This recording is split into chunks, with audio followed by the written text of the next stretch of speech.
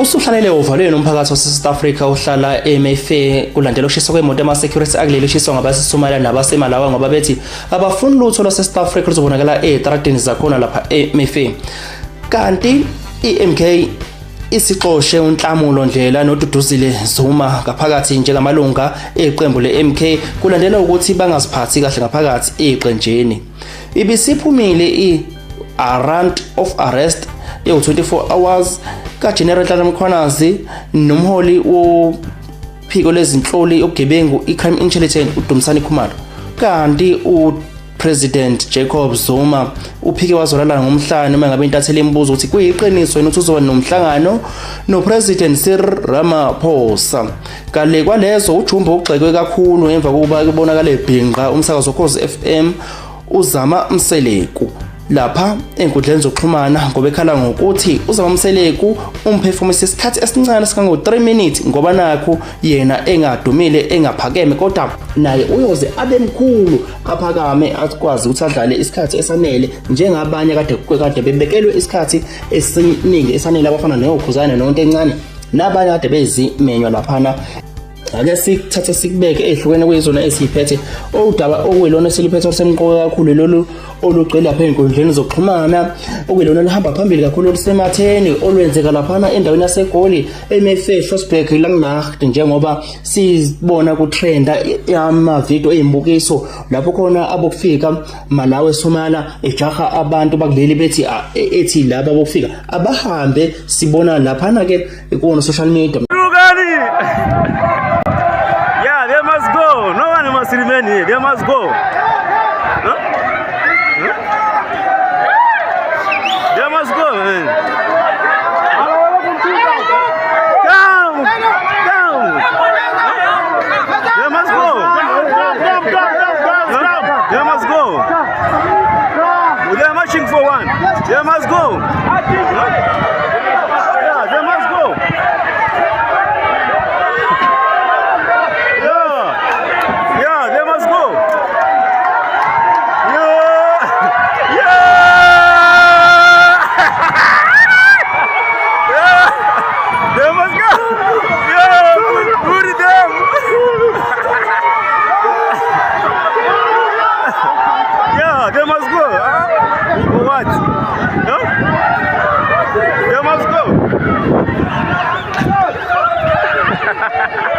Saphinde sabona nje recent video nje eqeda phuma lapho khona bekushiswa imoto yama security uSARS kuyikhampani yakhona laphana eMzansi ishiswa ngabasesomala sibona beyiphakamisa bephendula basebefaka umlilo. Leyo nto yenzeke khona lapha eMayfair njengamanje isimatheni kakhulu ngendlela eyenza ngayo le ndawo igcwele abantu ubukufika kodwa ke embukeli njengamanje lesizoyenza sizothatha sikubeke njengoba sizofaka umuntu owumhlali wakhona laphana eMayfair kuyena osomfaka imibuzo asitshele ukuthi ngabe yini eyenzekalayo kuleya ndawo ukuze umbukeli uzoba nolwazi olugcwele ukuthi ngabe yini eqhubekalayo.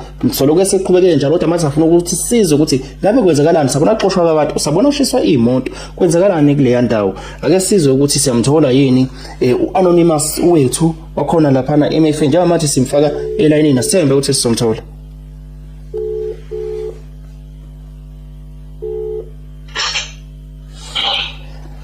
Sikubingelele siphinde sikwamukele mfowethu bese sishilo ke kwabukela ukuthi la sino anonymous obuya khona lapha endaweni yaseMayfair endaweni yesigameko la sibona khona kwenzeke izinto eziningi njena ezithusayo ukuthi ngabe zenziwa abantu basemzansi noma zenziwa abantu bokufika.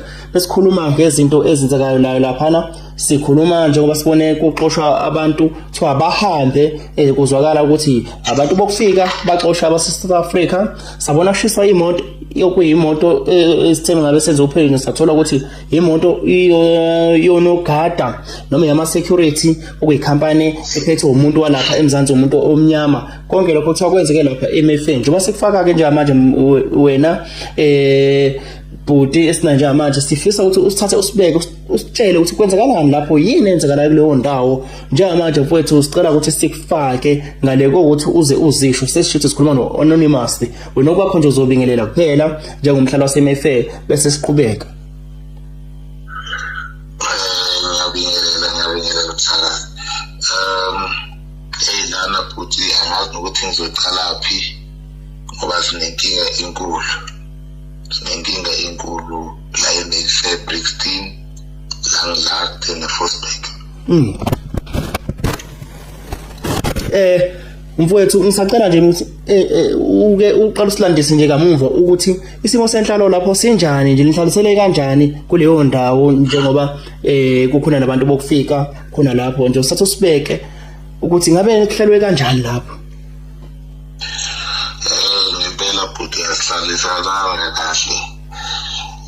Kuyabheda futhi ngokuhlala hayi thina bala eMzansi azange sihlazisana kahle. Kuyinkinga abantu bokuhamba bayazenzela. Asakwazi nokumuva, asakwazi nokushifta, bayashaya basenza yonke lenyakanyaka. Bathi kumele ukuhambe thina siyiSoweto. So azange sihlalisane kahle nalabantu bokuhamba. Bathi phumani kuleyo ndawo yama eyisilungu ngoba iMayfair kusuka nje la eMayfair Forceback Brixton indawo lezo ezisurrounde i-town esurrounde igoli bathi phumani endaweni eseduze negoli esilungweni kuma suburbs bathi kuyelana elokushini kuma Sparta Camp. From Dala webhodi babiza ukuthi kusemakhishini lapha. Iyo isabhabhu ya next to Johannesburg. So bathi thina either sibele elokushini or simkhukhwini. Now we don't belong to this area. This area is for them. So then I was full totally. So what is Melissa Soweto or Tembisa or anyway. Now we don't belong. Nina nabahlali balapho unike naba yini nezikhalo mhlawumbe ngabo ukuthi nani mhlawumbe anihlelisekile nabo mhlawumbe kuke kwabakhona into efana nengqoshungqosho nje ekeza abakhona njengoba kuze kwafinyelela kulesimo esikusona njengamanje. Dala sizama lento ngoba sike sahlangana nokansela and then simbikele iproblem yethu and then sahlangana namaphoyisa and then sababikele iproblem yethu lesihlangana nayo in a daily basis kodwa ke ayibefanele nje and manje it's becoming worse. Iziphi izinto enikhala ngazo njengomphakathi ngabo labantu iziphi nje izinto enithi banihlupha ngazo noma nikhala ngazo ukuthi la siyaphazamiseka singebahlali baseMzansi ngenxa yabo labantu?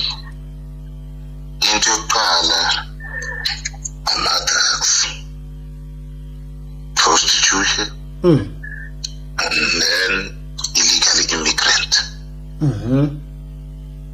Yizo lezo ngizothi sikhala nazo because ama-drugs kusekhaya wawo ama-drugs wakhanda wakhona la eMayfair. And then ubutsotsi buningi kakhulu, it's too much. Enough is enough. Sikathele manje ama-drugs, ugebengu, then illegal immigrant, yonke lenyakanyaka le uyaziyo yenzakala la eMayfair Brixton Forceback Langlaagte and Fitters. Manje nihlalisene kanjani lapho indawo yokuhlala imi kanjani lapho like nihlala ama-flatini nihlala ema-jardini noma kuyindawo ekanjani yini enihlanganisayo? Ama-flat wakhona futhi and then kodwa ke izinto ezikhona kakhulu ama-flat.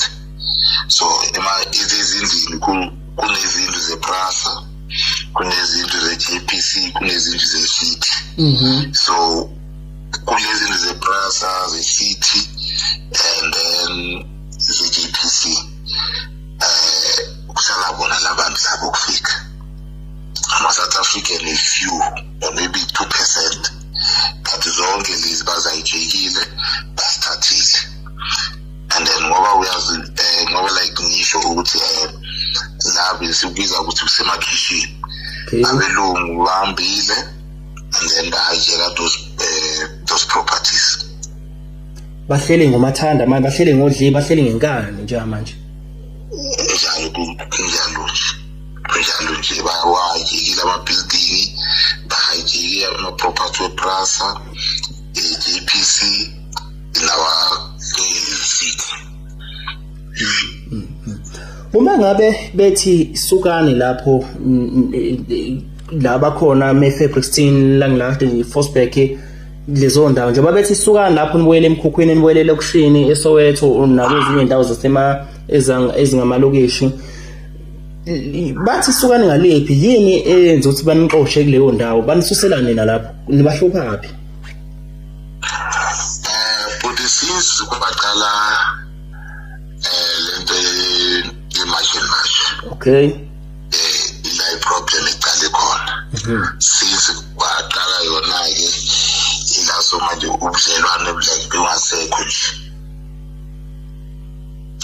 ngoba ke nathi ngapha sike sazama ukumarcha then nje ngoba like sizama ukubonisa uhulumeni ukuthi asiphathekanga kahle, but it was a peaceful march kodwa ke hayi sihlulekile.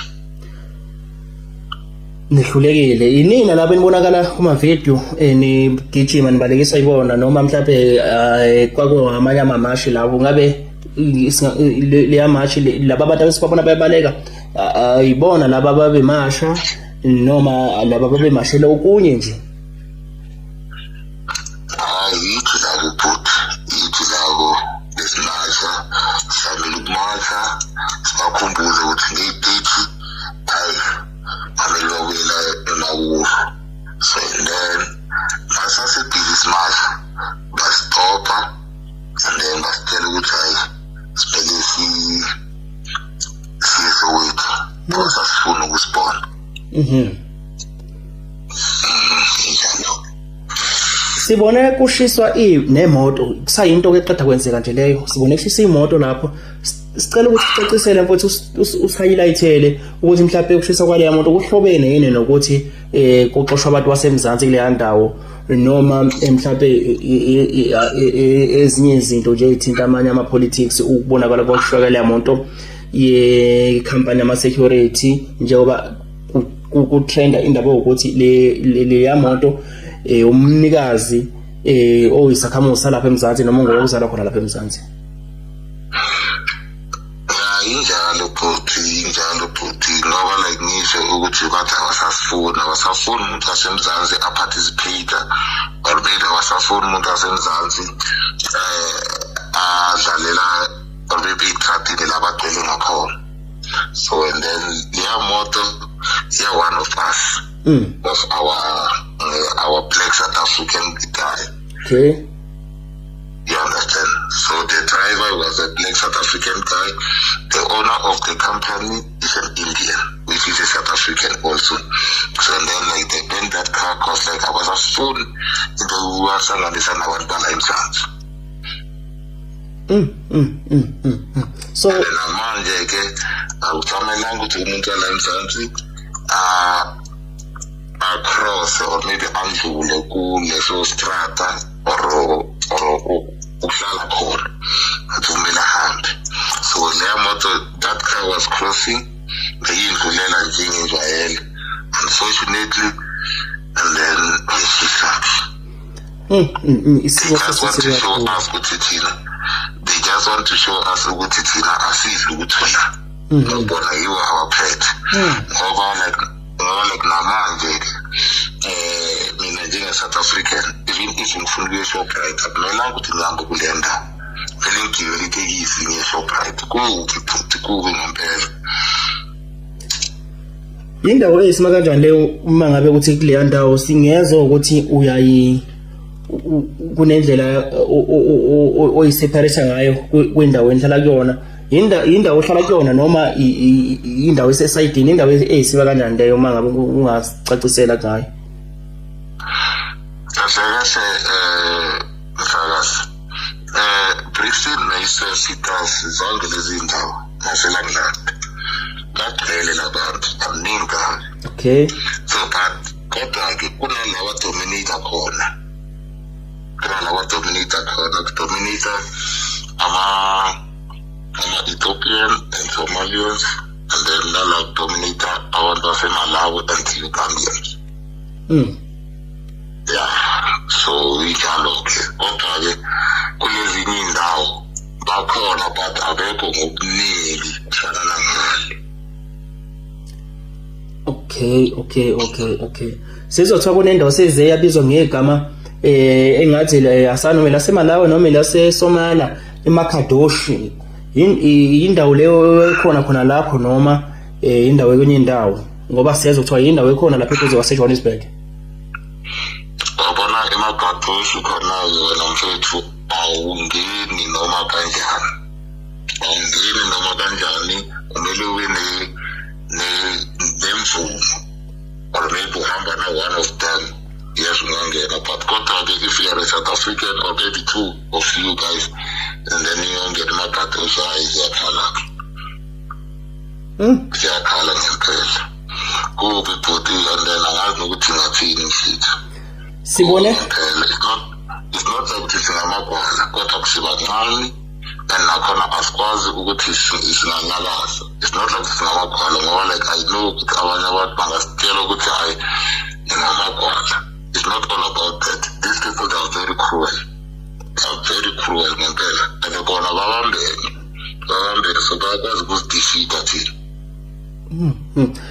La kune post esibone enkundleni zokuxhumana ngoba sikhona lapha social media iTennis ngora social media njengoba singeke ngasho kwi-page likaphakela umthakathi la khona bekade ebhale wathi i-update nje u-update epage lakhe lapho khona kade ethi Mayfair siyeza lapho sizozwa ukuthi kwenzakalani.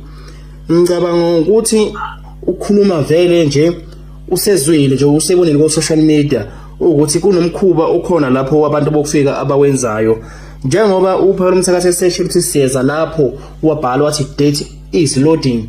Lokho ngabe mhlawumbe ukubhale ngoba nakho senike nazama neqhumana naye noma upholi bangalapho nje abantu abangama community leaders alapho sezamene zokuxhumana nabaholi bemarch and march nje ukuphakela umthakathi sazo ukuthi kule campaign ukhona nje ngoba isupporta i-movement ye-organization emarch and march.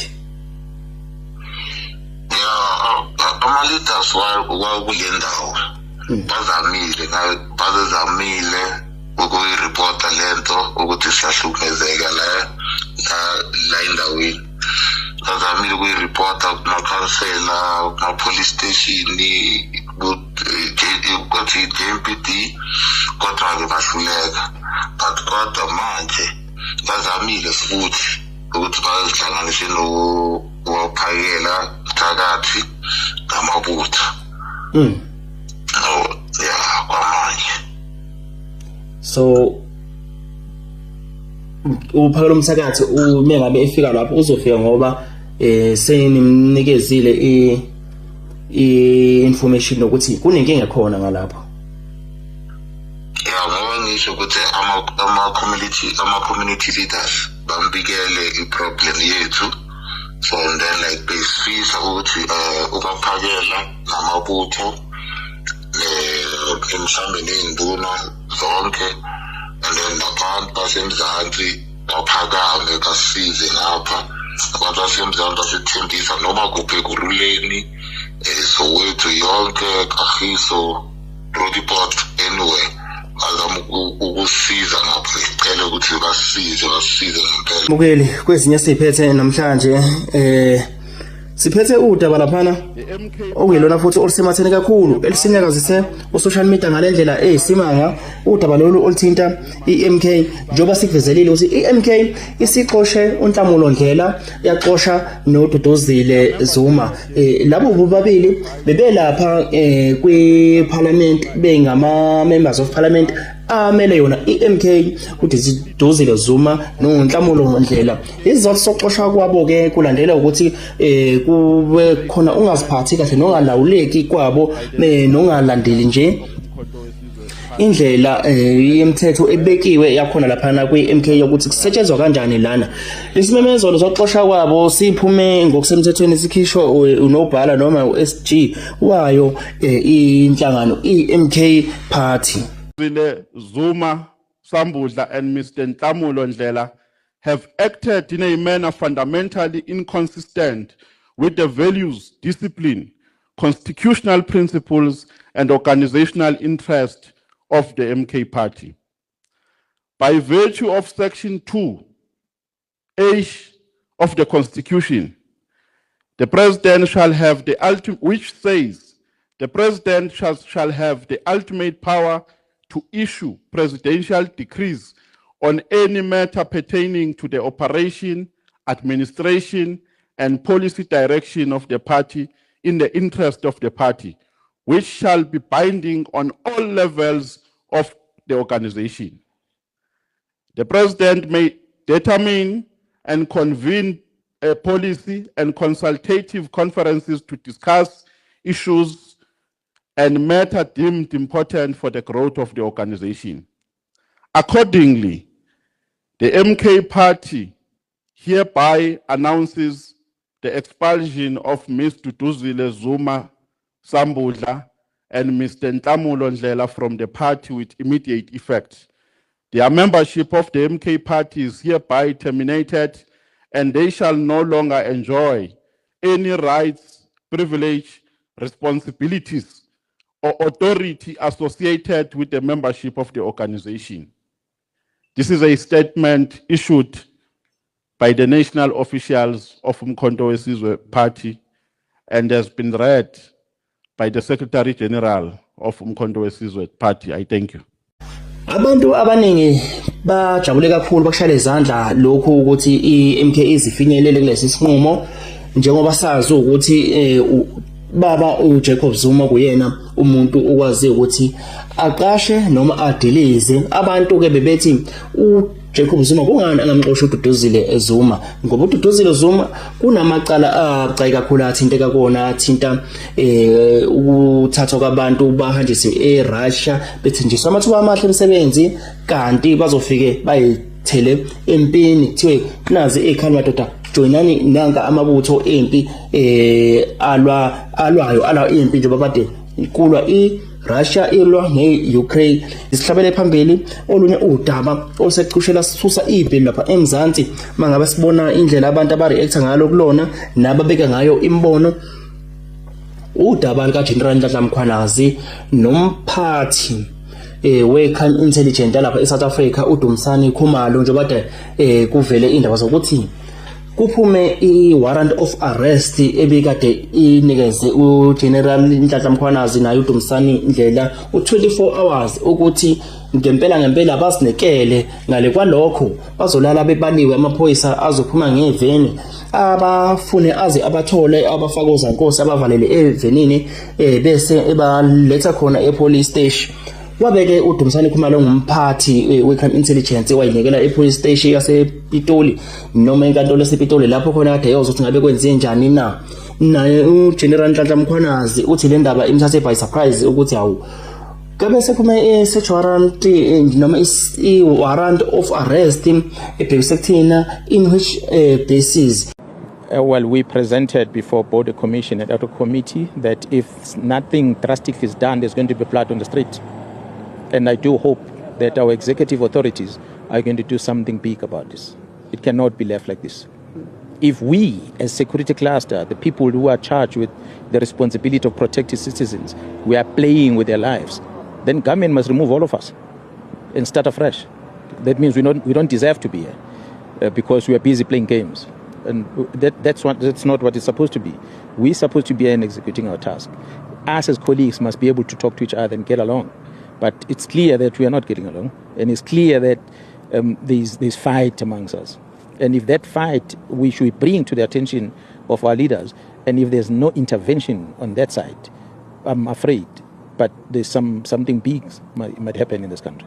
I mean, abantu ke lapho ku social media bathi hawu madoda ngabe kuzosiphinda yini lokho kwango-2021 ngabe kuzosiphinda yini besikhuluma ngo-2021 ke mbukeli bebesho kona ukuthi ngabe isiyabuya ni futhi i-unrest le sayibona khona yenzeka ngo-2021 kusuka ibhelu kade kubanjwa uSholozi uJacob Zuma evalelwa ejele lapho khona sabona iSouth Africa yonke inyakaza sabona iSouth Africa yonke ngempela ilwisana kakhulu nalokho ukuthi kuboshwe umuntu omkhulu kangaka noGeneral Nhlanhla Mkhwanazi umuntu omkhulu kakhulu njengamanje okungathi mekwenzeka into thizeni kuye kunyakaza iSouth Africa yonke.